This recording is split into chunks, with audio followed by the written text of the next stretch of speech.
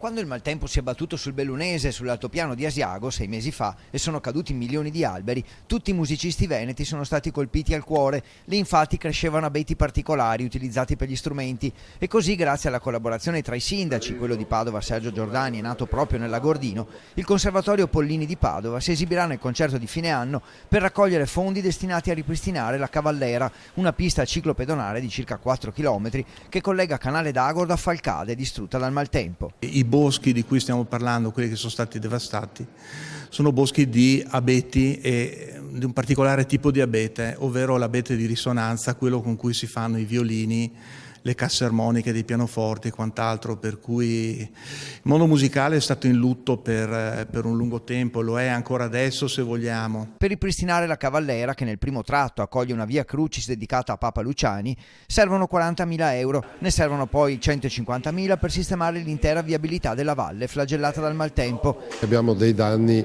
si aggirano sui 10 milioni di euro i danni complessivi alla valle di Garese. Stiamo facendo tanti lavori. C'è stata data la sicurezza che in 3 anni arriveranno soldi per coprire almeno i primi interventi necessari per ripristinare. Suoni per la montagna, così intitolato il concerto, sostenuto anche dal FAI e dai medici in strada, vedrà protagoniste 2 giovani cantanti soliste. Le musiche sono tra l'altro di Beethoven e Mahler. Sono musiche che, se vogliamo, evocano molto i paesaggi montani. E in particolare Le creature di Prometeo, l'ouverture di Beethoven, è un'ouverture che immediatamente narra e rievoca delle immagini che sono immagini di boschi, di montagne, di bellezza.